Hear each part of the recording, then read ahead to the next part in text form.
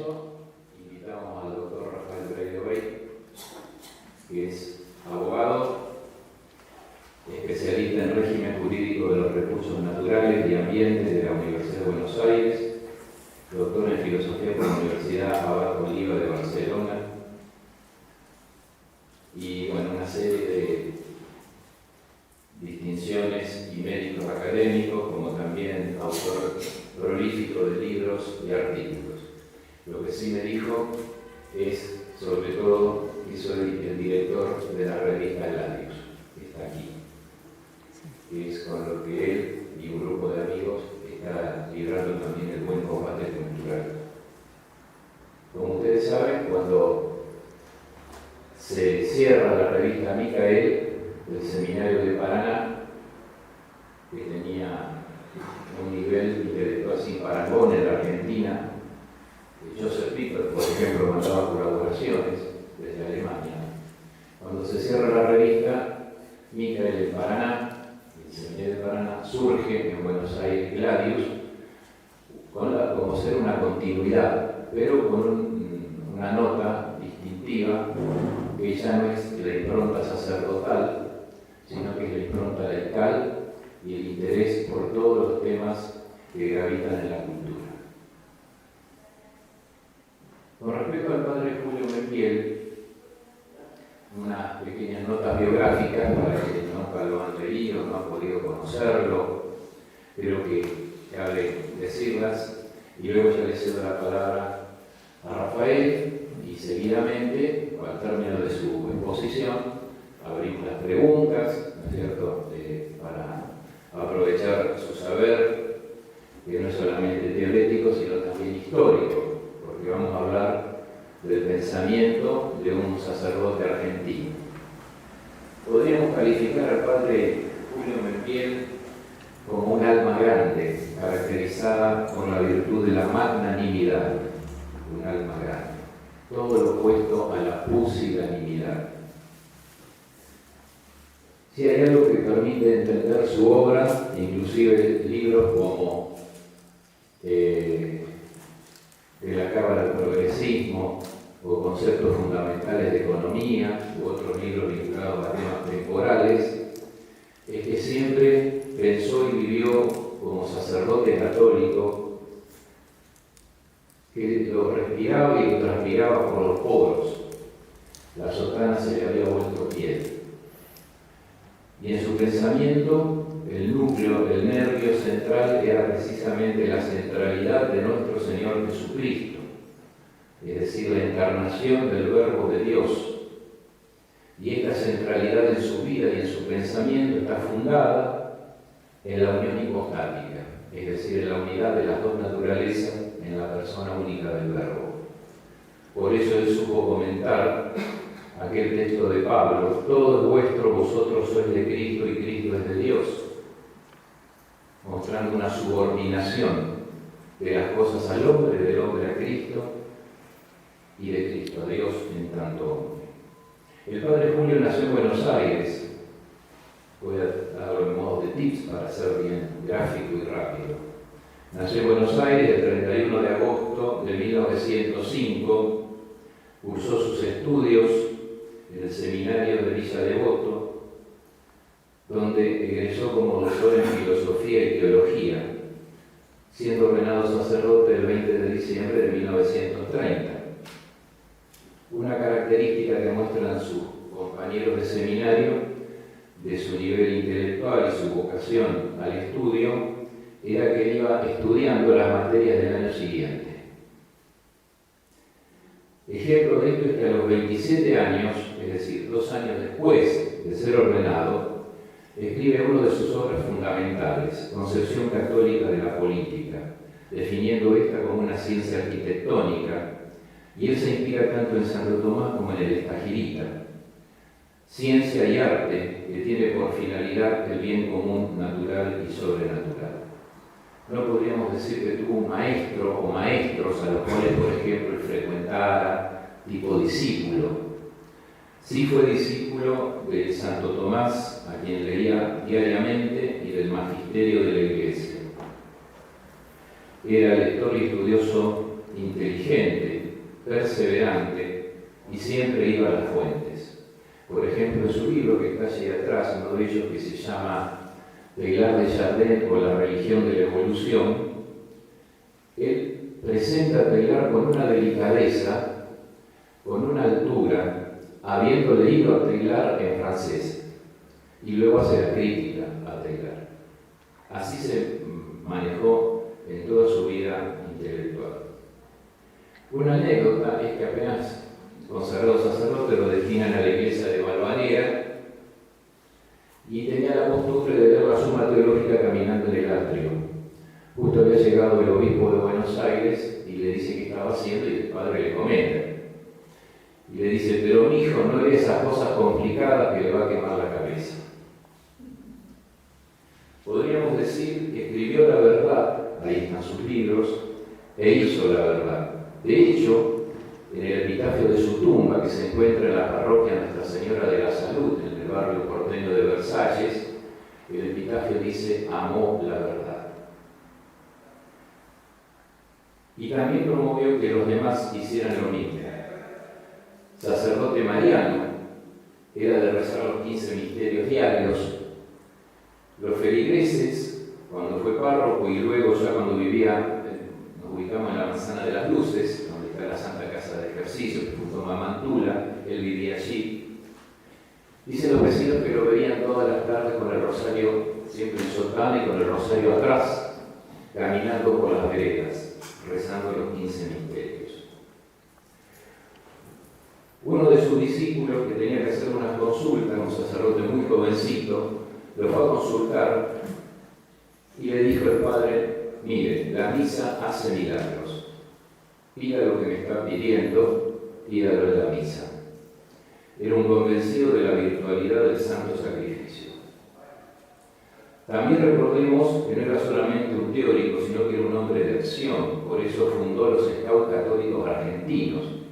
Si recordamos que el cardenal Poli, hace poquitos días ya presentó su renuncia, el cardenal Poli fue un scout de él. En los grupos de la Suma, como se llamaba a los jóvenes que se reunían con él para estudiar la Suma Teológica, uno de los jóvenes que iba fue Monseñor Aguirre, que luego fue arzobispo de La Plata. Cuando en el contexto de los años finales de los 60 y de los 70 arreciaba la violencia en nuestra patria, a un joven de aquel grupo de la Suma volvió a consultarlo y volvió a usar la sotana. Era el padre Carlos Mujica, que tal vez otro hubiera sido su destino de haber seguido un poco más de cerca al padre Julio. Eso es una apreciación mía. Tuvo una especial dedicación a los pobres, y de esto, cuando dedicarse a los pobres no era moda. Es sabido, y esto se sabe por gente que lo vio y conservó esa tradición oral, verídica, sin hacer alarde y sin que él se enterara. Por ejemplo, cuando las hermanas le pasaban el bife, que tenía una plancha eléctrica, lo que las hermanas no sabían que el bife lo partía en tres. Una parte para él y las otras dos para unos pobres que ella tenía asignado. Lo mismo cuando llegó a Versalles, se le acercó un hombre que estaba también en suma pobreza y le regaló el colchón donde él dormía, o sea que pasó, hasta que le dieron otro pasó varios días durmiendo en el piso. Fue perseguido por causa de la justicia, o sea, le hicieron vivir la octava bienaventuranza, amenazado de muerte, difamado, y encima la complicidad del silencio. Es decir, de bien no se habla.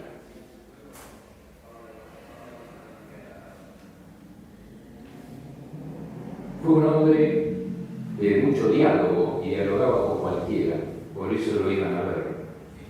Sabía que iban a encontrar en él un interlocutor válido.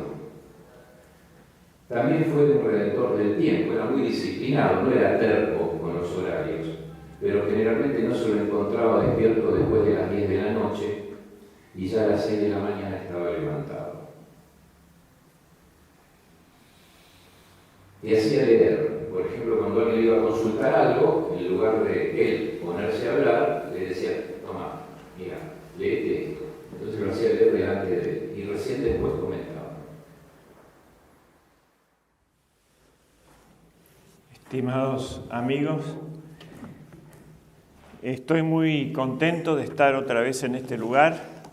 Había estado hace muchos años, creo que 12, ¿no?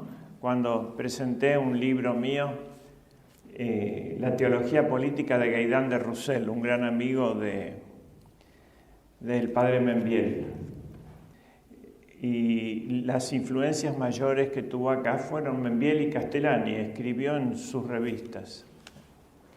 Pero reconocí este salón, etcétera, cuando entré. Así que es muy grato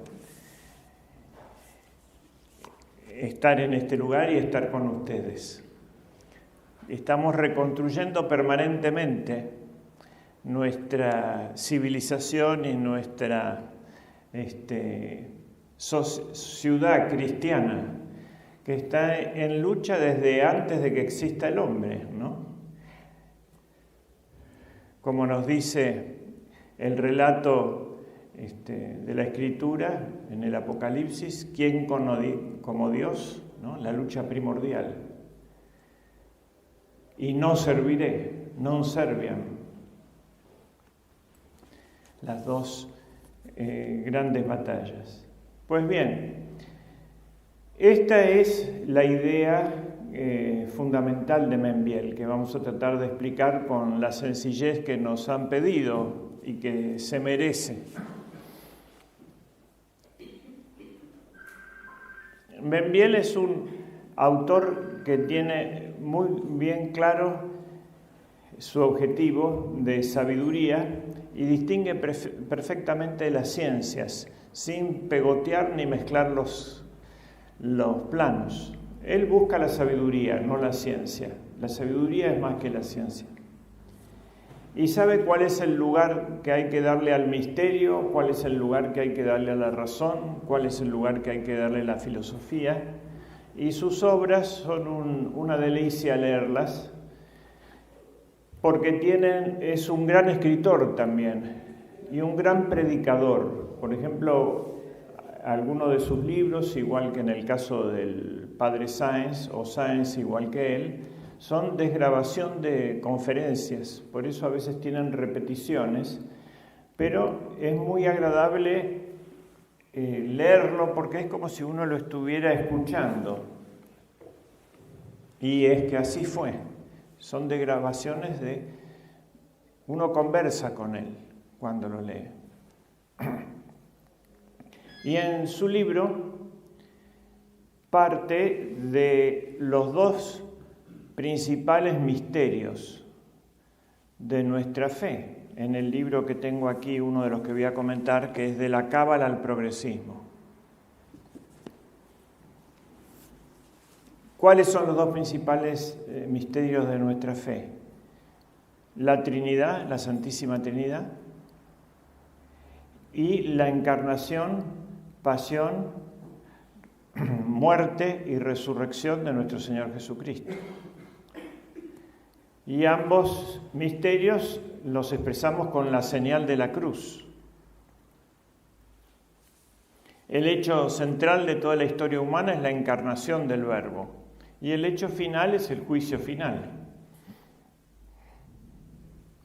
Entonces, en esta concepción de Membiel es un desarrollo de la acción de Dios en el tiempo y en la historia humana, por consiguiente. De modo que tenemos que vernos en esta perspectiva triple perspectiva, la perspectiva científica, la perspectiva de la sabiduría cristiana encima de esa, y la perspectiva de la mera razón humana. También coincide con los tres niveles de lo que llamamos el tiempo, ¿no? Hay un plano supremo que es el de la eternidad, que corresponde a Dios.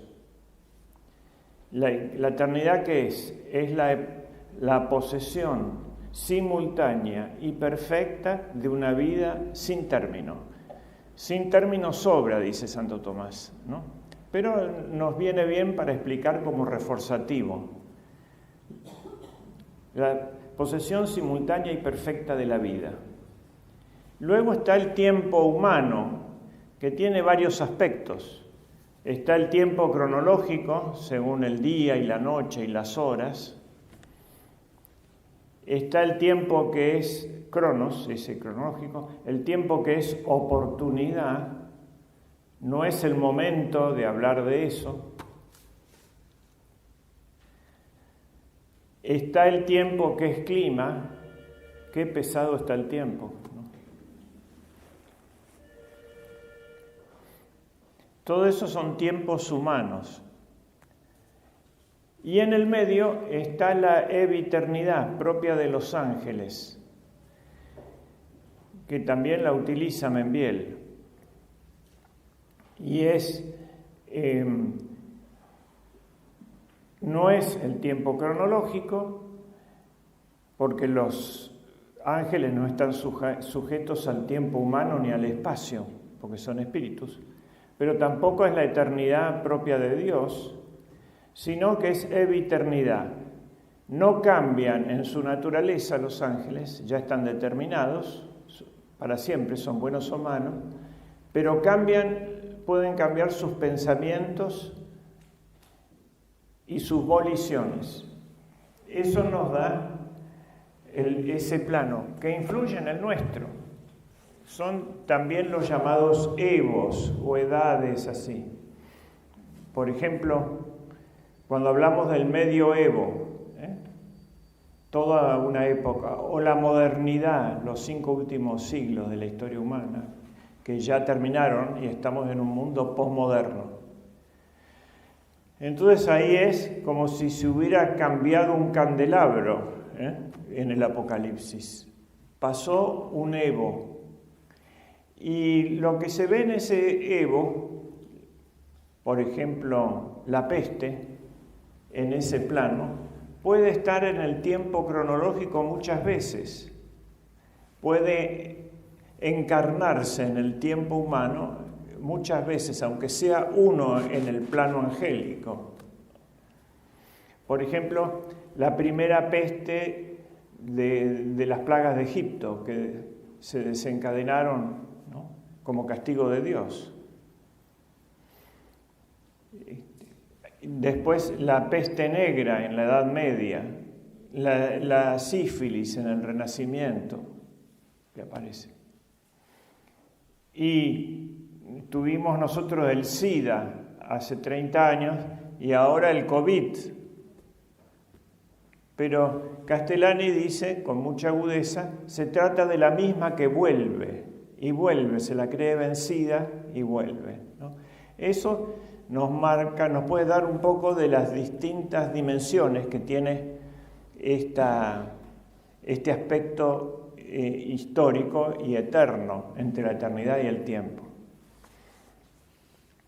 Entonces, Membiel ensaya su definición de historia, que es la más bella que puede haber. Yo conocía la de Cicerón, como casi todos, que conocemos una parte de la de Cicerón, que es la historia es la maestra de la vida. ¿No es cierto? Eso lo hemos oído, parte del pensamiento clásico. Cicerón dijo más que eso, dijo, la historia es testigo del tiempo, luz de la verdad y maestra de la vida. Parecía que eso no se podía superar y de algún modo va marcando la huella de la Trinidad, testigo del tiempo, luz de la verdad, el Hijo, ¿no?, y maestra de la vida, el cuidado del Espíritu Santo, la acción de Dios en el tiempo, como si lo viese captase desde la sabiduría humana. Pero la de Membiel es así. La historia es la mente divina, leída por los ángeles y escrita en el tiempo. Es de una profundidad tan grande que es como para pensar en eso. La mente, los ángeles están pendientes de Dios, lo contemplan permanentemente y ven los designios divinos, ¿no? Y ven cuando se inscriben en el tiempo. De modo que esto nos va dando los grandes actores de este drama universal de la lucha de las dos ciudades, que son Dios, el demonio, el bien y el mal, y la libertad humana, que puede ir para un lado o para otro. Eso va siendo la historia.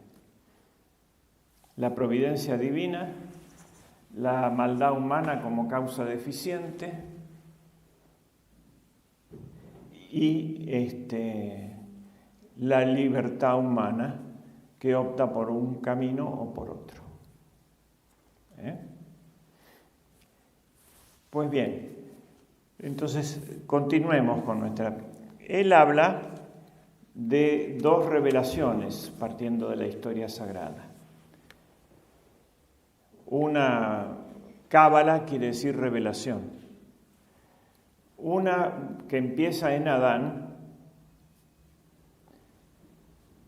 el protoevangelio, el primer evangelio, ¿no? Cuando Dios le promete un Salvador, dice, una mujer te aplastará la cabeza a la serpiente, ¿no? Y que va a haber guerra entre ella y su descendencia. La descendencia de la mujer, dicha así con mayúscula, es la Virgen, es Cristo. Y ahí está prometido ya el Redentor. Y empieza esa tradición buena, pero al mismo tiempo surge con la caída una tergiversación de eso, mezclado con la eterna impronta del diablo, que es la caída, de la cual nos redime Cristo, y que es la tentación suprema: seréis como dioses. Dios nos creó para endiosarnos, para llevarnos a una felicidad, de una participación en la vida divina. Pero el demonio nos tienta de que eso que Dios nos quiere dar siempre actúa hacia el demonio, ¿no? Adelantando, haciendo abortar lo que... Ahí está bien la acción, ¿no? Adelantando el parto para que aborte, y prometiéndole al hombre como una conquista de su fuerza lo que hay que recibir como un don de Dios. Seréis como dioses, conocedores del bien y del mal. Lo que significa conocer es engendrar. La norma la va a poner el ser humano. Y acá nos muestra estas dos grandes filosofías, la buena revelación y la mala, contrapuesta. Vamos a ver cuáles son los principios que a través de toda la historia han recibido nuestros padres en forma contrapuesta. Pero se puede reducir a estas dos grandes cosmovisiones. La primera es: existe un Dios personal, inteligente y libre, trascendente al mundo, que no es el mundo, ¿no? Es absoluto y trascendente, el absoluto trascendente. No tiene que ver con el mundo material, sino como su creador. La creación es la huella de Dios, pero no es el cuerpo de Dios, como dice la hipótesis Gea, que es la cábala. Y la otra que dice: inmanencia de Dios en el corazón del hombre y en el mundo. Ateísmo o panteísmo, que diviniza el mundo o hace del mundo la apariencia de la divinidad.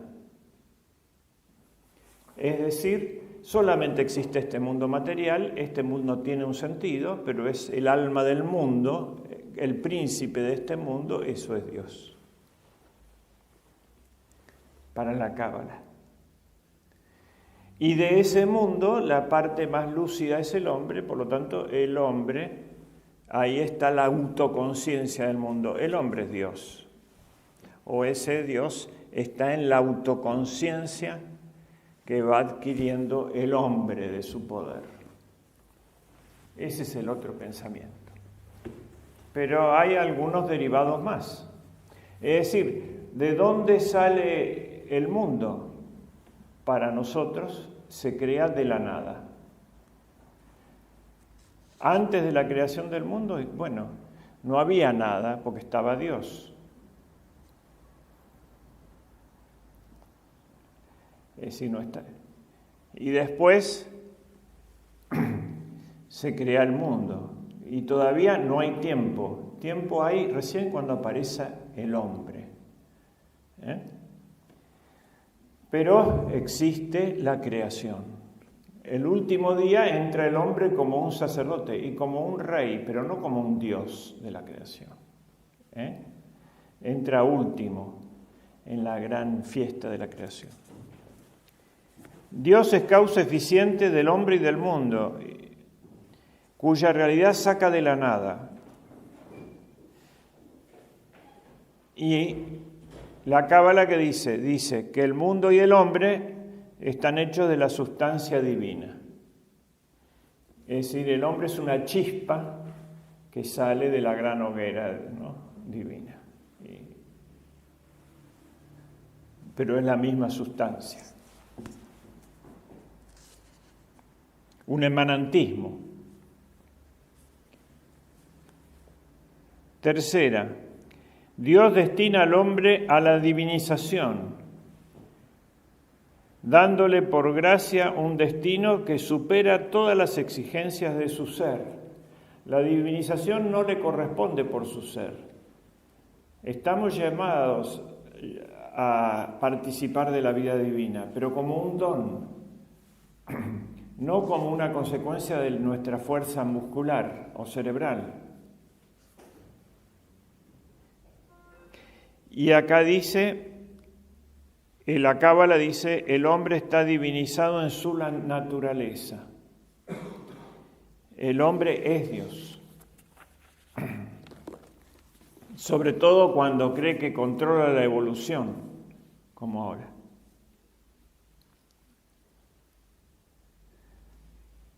Cuarto, el hombre, habiendo perdido su divinización primitiva, puede recuperarla adhiriéndose a Jesucristo, Dios hecho hombre, quien en virtud de su pasión y muerte le devuelve esta divinización. Contra esto, el hombre saca su divinidad de sí propio, pero Jesucristo es simplemente uno que llegó antes a la perfección. Es un hombre, no es más que, pero que llegó antes al punto omega, dice Teilhard de Chardin.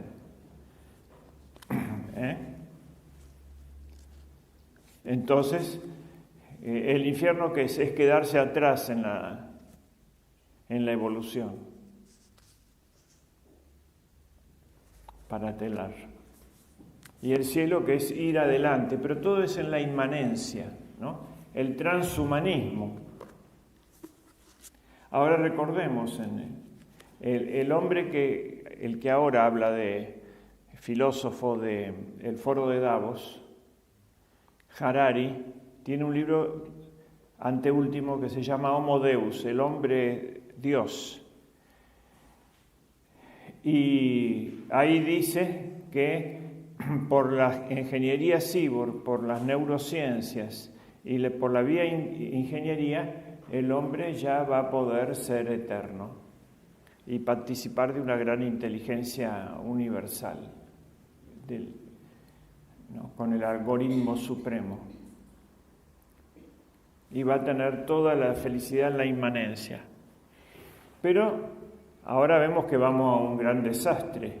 Entonces él mismo, que es el momento en que Homo Deus es seréis como dioses, la tentación. Pero ahora, ¿cómo salieron del paraíso? En 4 patas, cubiertos de pieles, animalizados. En lugar de ser como dioses, ¿no? Se degradaron de su primera condición y apareció la enfermedad y la muerte. Ahora el mismo Harari dice, bueno, basta con el COVID, ¿no? El hombre es un animal hackeable. Ahí ya está el demonio riéndose después de que hizo caer.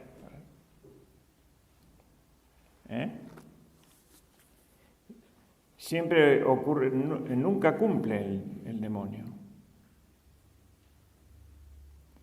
Jesucristo ha instituido en la Iglesia, su cuerpo místico, un medio de salvación del hombre, quien por sí mismo y desde sí mismo viene en estado criatural y de pecado. El hombre de por sí va a la ruina, librado a sí mismo. Y la otra, ¿no? Negro, blanco y negro. Vamos dando la posición. El hombre se salva de por sí y en sí, entregándose a la autonomía y libertad de su realidad interior, que es divina. No necesita de la Iglesia, y menos de una Iglesia que se opone al mundo.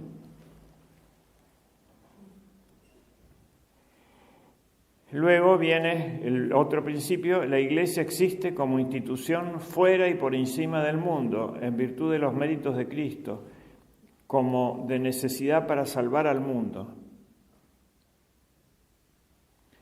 Y los otros dicen, no hay una sociedad trascendente al mundo. ¿No? La sociedad es el mundo mundano, el mito humanidad, que es la secularización de la idea de la Iglesia. Una idea abstracta que une a todos los hombres. Esto es una pretensión mesiánica, un solo rebaño y un solo pastor. Bueno, estos son los principios desde el siempre que se debaten y que están sostenidos por 2 filosofías. La Biblia tiene una filosofía implícita, que es el realismo. Hay un mundo ontológico.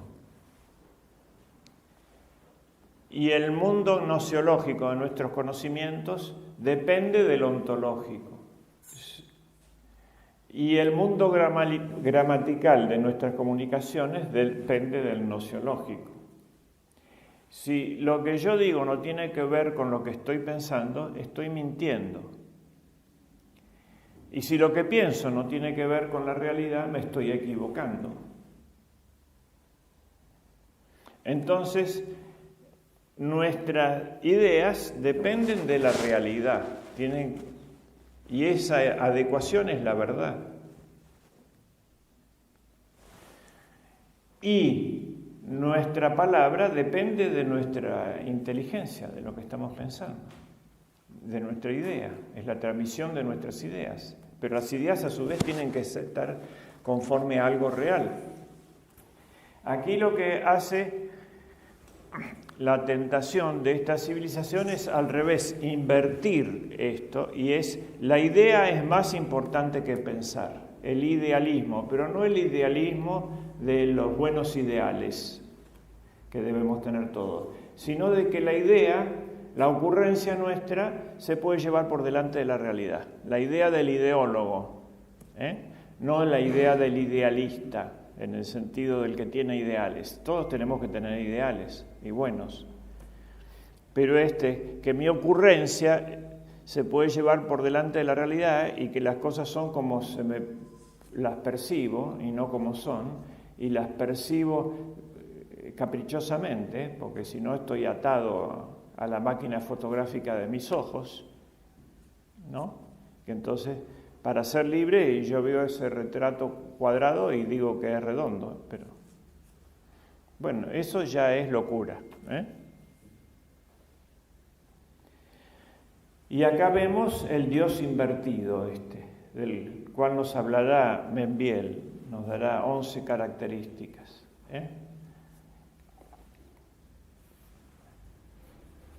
Bueno.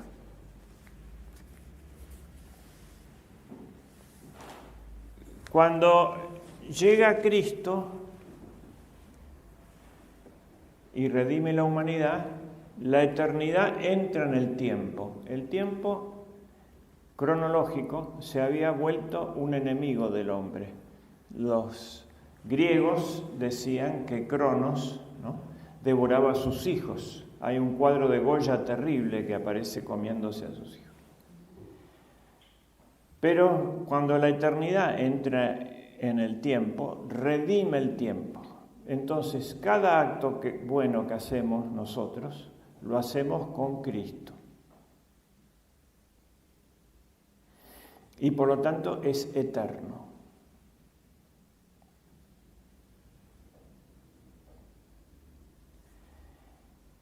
Y en sentido contrario, cada pecado consiste en renunciar a la eternidad y querer instalarse en el tiempo. Nos espera Cronos, ¿no?, para devorarnos al fin de esta situación. Entonces, en la Virgen María es la reina del tiempo también, porque es la reina de los cielos, y en ella la eternidad entró en el tiempo. Él puede cambiar los tiempos y adelantar la oportunidad. Por ejemplo, no tienen vino, y entonces ella, y Cristo le dice: mi hora no ha llegado, pero adelanta la hora. En la resurrección también. Cada vez que va a haber una intervención divina, se acelera el tiempo. Lo que tienes que hacer, hazlo pronto. Nosotros vemos cómo las cosas empiezan a ocurrir con una velocidad tremenda, ¿no? Se levantan y se caen imperios y todo lo que ocurre.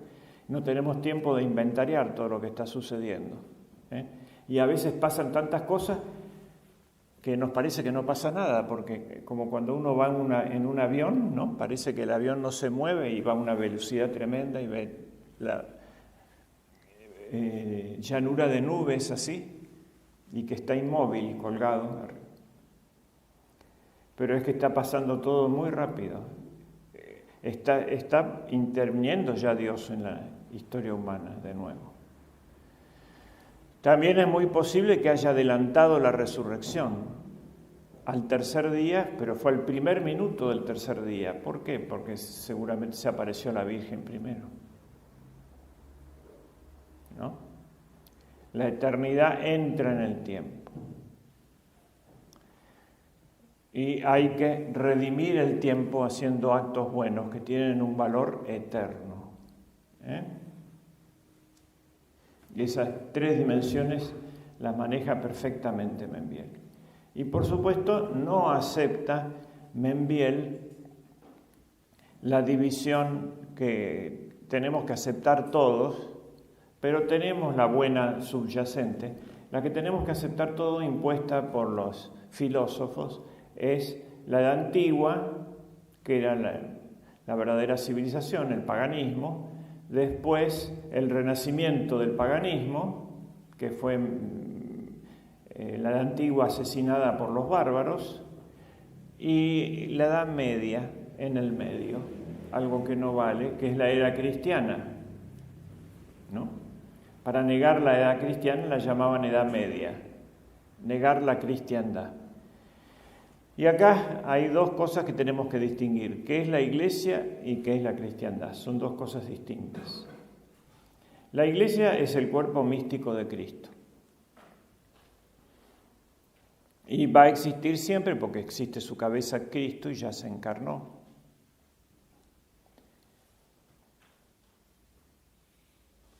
Y, por ejemplo, cuando un cristiano comulga válidamente, ahí está toda la Iglesia, en ese momento. Ahí hay que centrarse en el tema de la Eucaristía, porque está Cristo y la humanidad, y está todo, porque Cristo no se divide. Dice Membiel que cuando un ser superior devora un inferior, se produce la asimilación, es decir, el inferior queda transformado en el superior. Por ejemplo, un animal come pasto, o nosotros comemos lechugas, y el vegetal, que es inferior al animal, queda asimilado en nuestro organismo. Y los animales también devoran animales y quedan transformados. Pero cuando uno inferior come un superior, el inferior entra en el organismo del superior. Bueno, este es el hecho más importante de la historia, la encarnación. Y nosotros también usamos antes de Cristo y después de Cristo. Pero las eras de Membiel, que son las antiguas de la patrística, ¿no?, son la creación, la caída, el tiempo del paraíso, y toda la etapa hasta el diluvio. También lo usamos nosotros, un animal antidiluviano, decimos. Después del diluvio viene la alianza de Dios con Noé, que es en la naturaleza, el primer testamento, que es el testamento natural, no el Antiguo Testamento que nos transmite Moisés, sino el primer testamento escrito para todos los hombres, que es la tradición esta primordial, la revelación buena, cuyo libro es la naturaleza. Y el pacto de Dios en la naturaleza es el arco iris, que ahora la utilizan como el símbolo de la contranatura, con toda,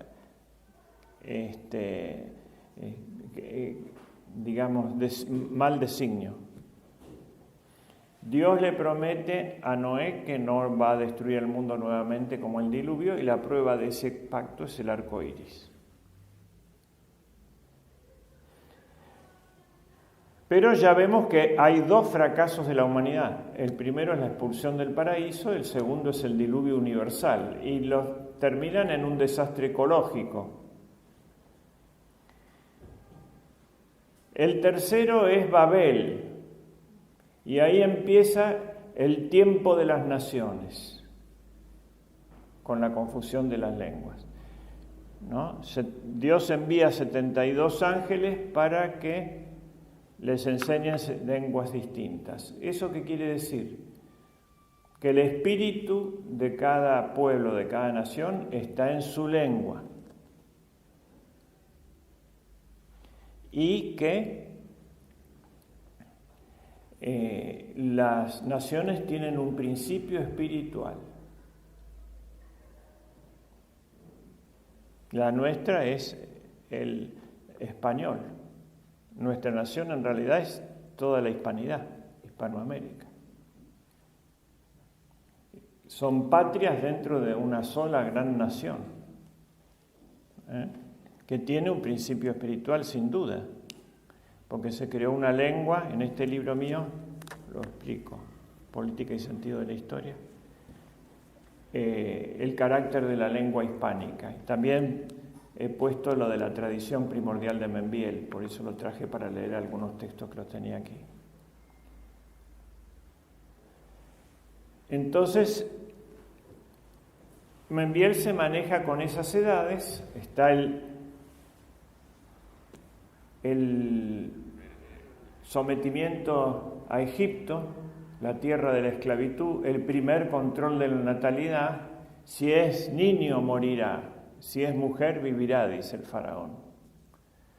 Y ese control de la natalidad y esa es el primer Estado mundial que se crea, totalitario, y después terriblemente antihumano en los últimos pasos, para superar un drama ecológico, las 7 vacas gordas y las 7 vacas flacas. Así que la política y la ecología es vieja. Hace 4.000 años se estableció ese estado, ¿no? 7 vacas gordas, 7 vacas flacas.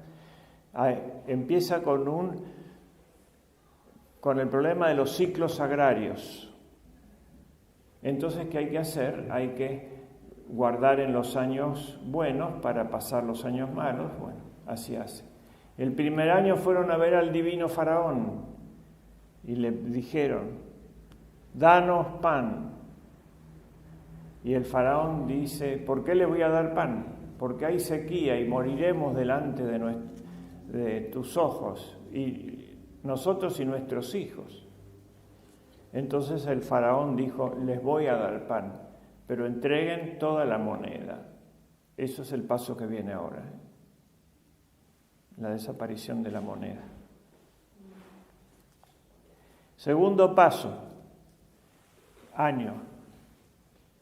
Danos pan. ¿Por qué de nuevo no? Para recordar. Porque vamos a morir por la sequía, no ha llovido todavía. Bueno, entreguen todos los animales. Tercer año, danos pan, entreguen la tierra. Y dejen los campos porque son del faraón. Van a volver ahí a trabajar como esclavos. Véndanse ustedes y sus hijos y dejen el campo y vayan a la ciudad.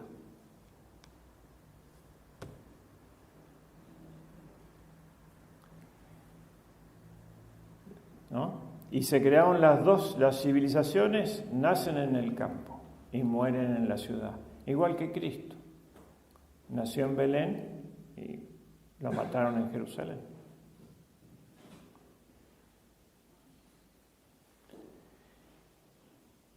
Bien. ¿Cómo termina? Esta etapa bastante bien. Van a trabajar las tierras y como son del faraón, el 20% es para el faraón. Y como la tierra de Egipto eran riquísimas, les dejaban a ellos que ya no eran dueños, al pueblo, ¿no? Egipcio, les dejaban el 80%, mucho más de lo que nos deja el Estado ahora, el divino, muchísimo más, ¿no? El impuesto a las ganancias solo es 33%. Bueno, nos deja el 20%, es al revés. Entonces, pero vivían bien, era un hormiguero repleto. Ahora cambia la dinastía, viene una dinastía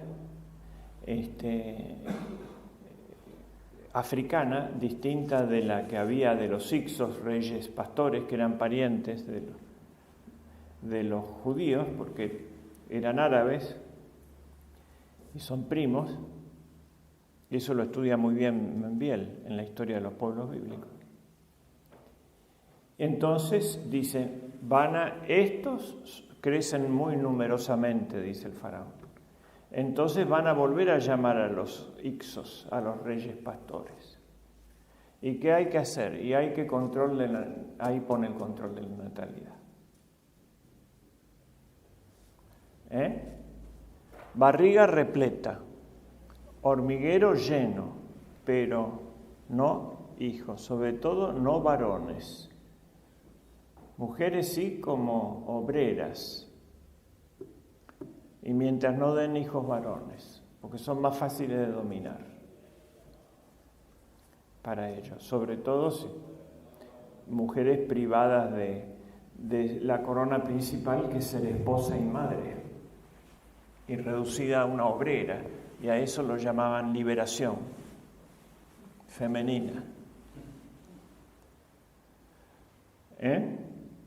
Entonces, bueno, sigue y establece la grieta como forma de dominar.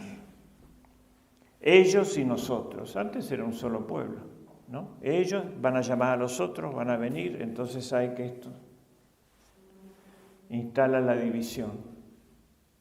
Control de la natalidad. Así cierra el primer proyecto de Estado totalitario mundial. Y viene el desastre ecológico, claro. por varias razones naturales y sobrenaturales. Las naturales, ¿cuál era? El hacinamiento en las ciudades, esa es la causa de la peste. ¿No? Y las sobrenaturales, ¿cuál era? El homicidio sistemático del aborto. Bueno, este es el tipo de sabiduría de Membiel, y que permite entender la historia y ver un proceso dentro de otro, ¿no? Porque está sin duda de la mano de la palabra de Dios y de los ángeles.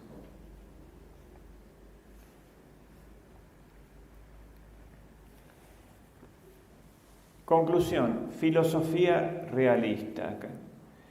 Esta, desde el punto de vista filosófico, ya vimos el histórico y la historia sagrada. Ahora vamos a ver el filosófico. Una filosofía se funda en el ser. Empieza en Parménides, en el mundo antiguo, llega a su plenitud en Aristóteles y en el mundo cristiano en Santo Tomás. No hay ni puede haber superior. Puede haber perfecciones parciales, pero como visión llegó a su plenitud. La otra filosofía se funda en el cambio y en el devenir, ¿no? Dios no se muda, la posesión eterna y simultánea de una vida sin fin. En cambio, para ellos, Dios se muda, es un mutante, y los magos lo pueden hacer cambiar. Eso es la magia. La ciencia opera en la realidad. ¿Cómo se llama esa parte humana que opera sobre la realidad y que se inspira en la ciencia? Se llama técnica. Y lo que se funda en el mito, ¿cómo se llama su operación? Magia. Entonces el mago es el que cree que puede hacer un cambio en Dios y sabe que eso produce un costo. Él produce el caos, y de ese caos saca un orden y después vuelve a generar el caos. Es todo materia manipulable. Claro, si no hay una creación, si Dios no ha creado al mundo y el mundo no es un orden, un cosmos inteligente, ¿de dónde sale el orden del universo? Y de la cabeza humana. Nosotros lo vemos así. Nuestra mente pone, eso es Kant. ¿Por qué? Porque no se puede conocer la realidad, sí, ¿no? Son fenómenos que yo los ordeno con mis categorías, pero el orden está en mi cabeza, no está ahí. No es así. El orden está en la realidad. Hay alguien que sostiene el universo. Mañana va a salir el sol a la hora que tiene que salir sin una orden del gobierno mundial. Y va a subir la marea y va a bajar la marea, ¿no? Sin su orden. Pero justamente el ateo, y uno puede ser ateo sin saberlo, pero si participa de esta cosmovisión, cree que el orden lo pone él. Por eso el faraón, que era Dios, tenía que controlar todo. Estamos en manos de Dios, no del faraón. Bueno, ¿y cuál fue el pecado del pueblo egipcio? Cristo nos aclara. Pedirle el pan a la política.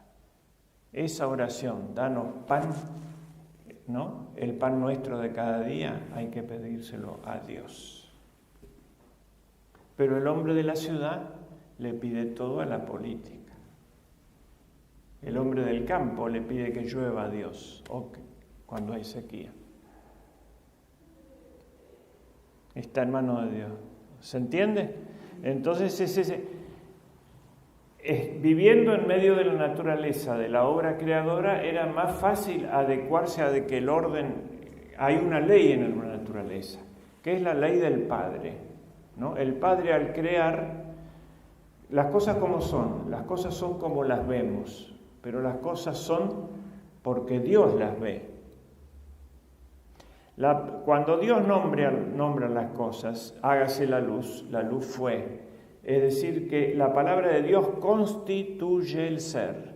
La nuestra lo descubre, pero no lo crea, que es lo que dicen el idealismo, la ideología, que crean la realidad. No están contando una historia que lo que vivimos un poco no es la historia. Pero ellos creen que crean la realidad y que la realidad es un capricho de ellos, y no es así. Entonces, la palabra humana devela. Si yo hago así, me dicen, ¿qué le pasa? ¿Está pidiendo? ¿Quiere agua? ¿Quiere que le alcance el libro que le quedó lejos? ¿Qué? ¿No? Ven que quiero hacer una comunicación, pero cuando digo la palabra lápiz, libro, página, quedamos conectados. Ahí develo el ser del cual estoy hablando.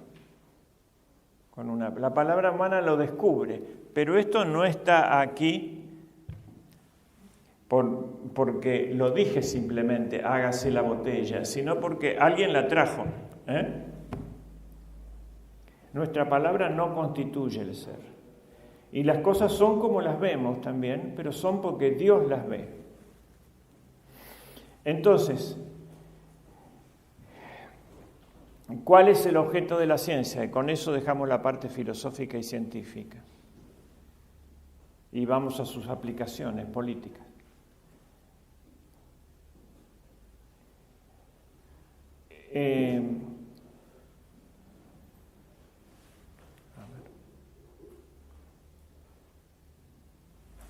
La otra filosofía era la del devenir. Todo es fluido, todo cambia, las cosas no son. Ahora, si las cosas son como las vemos, y si las cosas son porque Dios las ve, el objeto de la ciencia es un diálogo entre la mente que constituye la naturaleza, que es la divina, y la mente humana, ¿no? Toda interpretación es un diálogo entre dos inteligencias. Por ejemplo, un músico encuentra una partitura de Beethoven, ¿no? Esa partitura que tiene delante de sus ojos está constituida entre dos inteligencias, la de Beethoven y dos sensibilidades, que la creó, y la del intérprete que la descubre, que la reinterpreta. Entonces, en la naturaleza es el gran libro divino.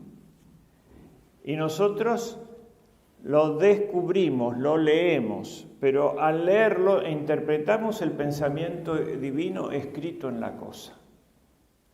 Dios, ¿no? Las cosas naturales están constituidas entre dos inteligencias, la del creador y la del hombre que la lee. Ese es el gran libro de la naturaleza. ¿Quiénes leían mejor ese libro? Los paganos, porque a los hebreos se les había dado la escritura, la revelación. ¿Dónde está esa? Entonces, la primera tradición, primer testamento, es el testamento natural que está escrito en la naturaleza. Y tenía su sacerdocio, por ejemplo, Melquisedec, que celebraba en la cumbre de una montaña con el cielo de templo, ¿no? Y la tierra de altar, y celebraba pan y vino. Vosotros sois del orden de Melquisedec, dice Cristo, restaura ese. El segundo sacerdocio es el que establece Dios a través de Moisés, que termina cuando se rasga la cortina del templo, cuando matan a Cristo. Y el tercer sacerdocio es ese sacerdocio católico, cristiano, que es eterno, porque Cristo es el único sacerdote. Los demás son in persona Christi, participan del sacerdocio de Él. Pero restaura el antiguo.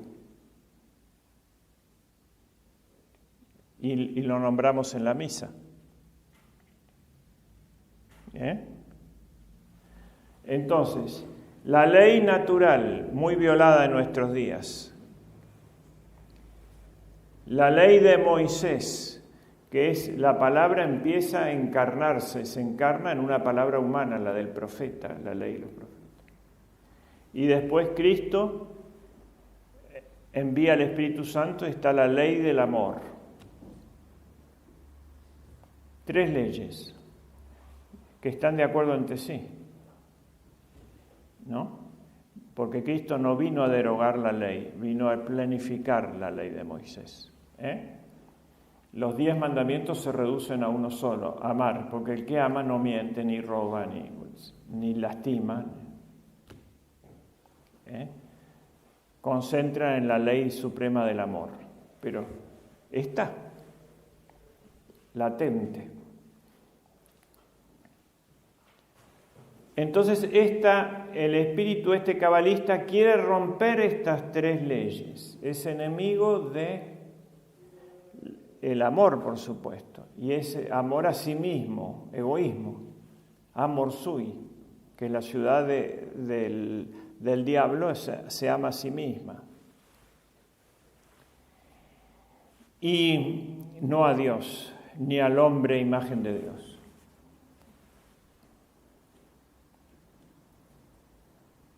Bueno, a partir de la era moderna, llamada moderna, se destruye la cristiandad. Habíamos dicho que hay que establecer la diferencia entre iglesia y cristiandad. La iglesia es el cuerpo místico de Cristo, tiene promesa hasta siempre. Las puertas del infierno no prevalecerán contra ella. Pero la cristiandad es un orden político, social, cultural, económico, laboral, familiar, conforme al Evangelio. Pero es un orden político, que empieza con la conversión de Constantino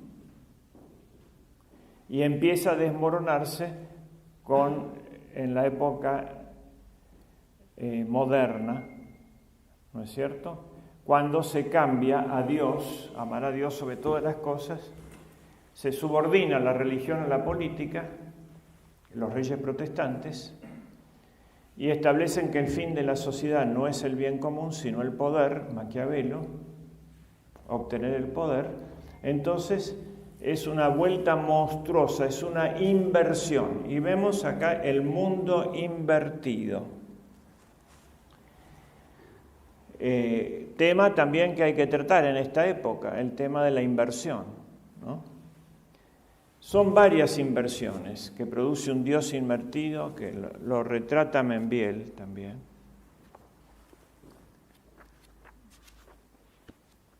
En sus libros.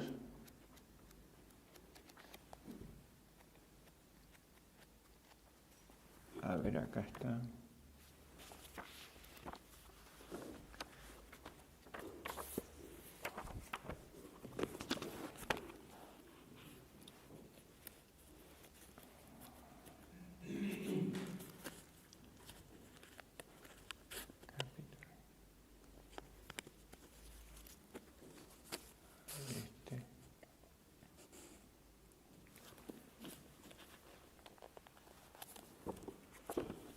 Vamos a tener que ver el índice de mi propio libro.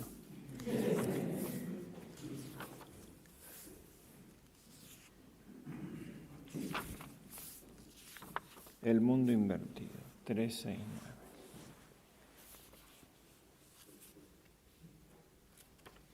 Acá está. Los principios de la magia, ¿no? ¿Cuál es la primera inversión? El hombre en lugar de Dios. Antropocentrismo en lugar de teocentrismo. Inversión teológica. Segunda inversión, filosófica, ya la dijimos. Pensar es más que ser. La idea es superior a la realidad. Tercera es la inversión filosófica, que va a dar el poder a los filósofos, que en realidad eran cientistas políticos, filósofos de filosofía política. Tercera inversión de la voluntad, luego de la inteligencia, que es, en lugar del bien, el fin es el poder, inversión política.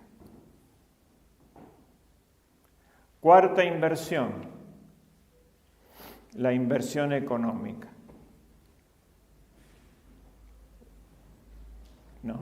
Y dentro de la economía, las etapas superiores, que son la producción regida por la fortaleza y el consumo regido por la templanza, se tienen que someter a la finanza y al comercio. Van haciendo todo un mundo invertido. Y luego de esa inversión que la economía manda a la política y la finanza manda a la economía, viene la herramienta manda al hombre, que es la inversión técnica. Al lado de eso tenía que venir la inversión sexual. ¿No es cierto? Si está todo para arriba. Es el Dios invertido, que ha hecho un orden que es contra el orden natural. Perfecto. Entonces, ahí viene la situación. Voy a enumerar nomás, será para otra vez, los principios mágicos aplicados. Bueno, ¿en qué consiste todo esto? En obtener poder con la desintegración, esto es, en una gran mirada desde abajo del diablo. Es decir, el hombre, en lugar de que antes decía que era la razón lo que distinguía al hombre de los demás vivientes, ¿no? Que el hombre, animales le gustaba decir, con esa duplicidad de Harari, ¿no? El hombre es Dios, ahora antropología, no teología, antropología, el hombre es Dios. Es un animal, anotarlo con los demás animales. Los chicos van y le dicen a sus padres que aprendieron en el colegio que son hijos del mono, y el padre admite eso. Antes eran hijos de Dios.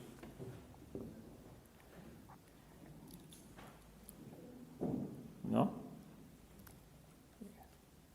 Que vienen del quinto día de la creación, que se creó a los animales, no del sexto, que se creó al hombre. Hay que convencer a la humanidad, y nos han convencido que somos animales. Hemos renunciado a ser portadores de la imagen de Dios en nosotros, de la imagen de Cristo.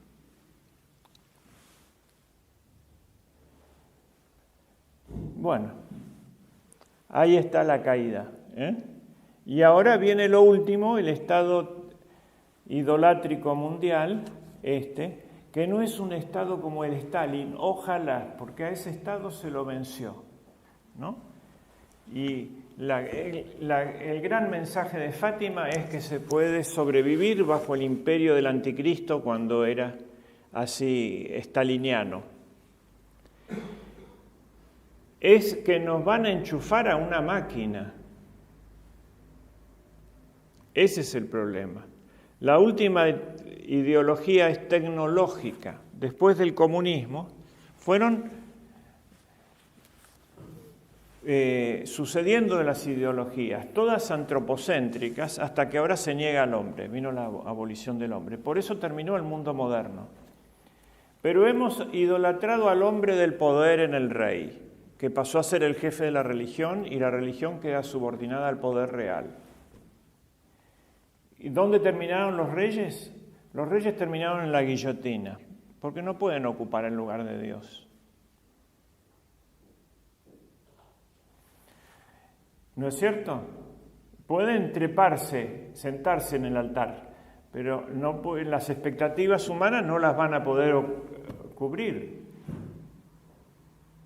Entonces, después de la idolatría, de la política que viene, la destrucción de la política, la iconoclastia, es el paso siguiente a la idolatría, porque el ídolo no satisface. Entonces lo reemplazamos por los filósofos. Y los filósofos, ¿no? Voltaire, Rousseau y Montesquieu. La idolatría del hombre, pero no del poder, sino de la razón. ¿Y en qué termina?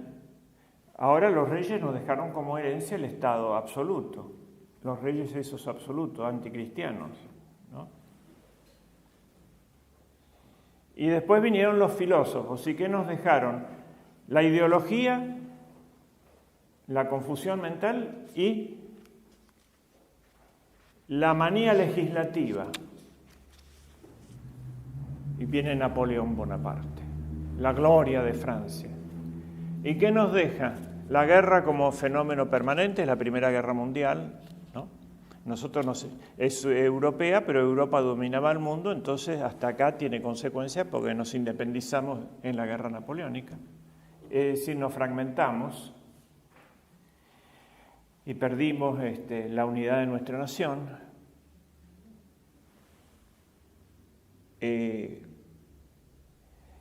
Venía trabajado por la Ilustración todo, ¿no? Y entonces se produce este advenimiento del sentimiento. El sentimiento hace tantos desastres que es hora de dejar de ser románticos y hay que llamar a los prácticos. Hay que sacar a los militares y poner a los burgueses, a John Bull. John Bull era el comerciante inglés de abultado vientre que tenía el bulldog, ¿no? Que era el perro ese que cuidaba su patrimonio, al cual le había... Bueno. Y a ¿qué nos deja John Bull? La cuestión social, el que venía a resolver los problemas porque era el pragmatismo, que iba a terminar con el romanticismo y con el filosofismo, porque no sirve para nada. Ahora este práctico nos deja la cuestión social, el capitalismo y la destrucción de la propiedad privada, después de ¿no? Y después viene el comunismo. El mundo no está para conocerlo, está para transformarlo. Bueno, así quedó. Y después del comunismo ahora tenemos la tecnología y con eso se acabó el hombre, ya no hay más. La anteúltima división era que con el placer y el hedonismo, y ahí viene la última inversión antes de cambiar al hombre ya por la máquina. Porque en realidad placer nos puede dar una pastilla, las neurociencias. Entonces es menos peligrosa porque no se encargan chicos. Y ahí viene el gran odio del diablo a toda la creación y sobre todo el que odia a Dios, odia a todo lo que le recuerda a Dios y era a la imagen del hombre restaurado por Cristo. Eso es lo que quiere destruir. Y ese es el gran odio a la natalidad. Por lo tanto, él estudia en todos estos libros, y con esto voy cerrando, las dos fuerzas que se han reunido en una herejía final. Una es la gnosis, que es el asalto al cielo y el odio a la creación y a todo lo creado, a toda la materia, porque es como una tentación demoníaca que hace con un afán terrible por descrear, ¿no? Cuando va a ver a los filósofos San Pablo y les quiere hablar de la resurrección, ahí ya no le aceptan. Le aceptan ideas, ¿no? Que hay un solo Dios para todo, eso sí se lo aceptan. Que el alma es inmortal, sí se lo aceptan, porque se creían dioses ellos. Pero que la materia va a resucitar, ¿y para qué? Sí, ¿no? Entonces, Cristo los derrota con la resurrección. Y la otra es la carnalización, la materialización de la promesa sobrenatural, de la salvación por la gracia, que es construir el paraíso en la tierra, que era la tentación judía. Querían un poder mundial terrestre. Y eso lo destruye en la cruz, ¿no? El amor crucificado en la imagen de la derrota. Pero el legionario que estaba ahí, que le atraviesa el costado, es el primero que confiesa a Cristo crucificado. ¿Por qué? Porque lee con los terremotos, con los temblores, con el eclipse, verdaderamente este era el Hijo de Dios. Ahí se convierte Longuino. Lee en la naturaleza, capta el mensaje. Como los Reyes Magos, ¿no? Hemos visto en su estrella en el cielo y venimos a adorar. Entonces, Membiel es eso, recuperar el libro de la naturaleza, recuperar el libro del Antiguo Testamento y recuperar el Nuevo Testamento. Y la salvación es por la gracia. Es una mera introducción muy incompleta, pero el tiempo se acorta. Gracias.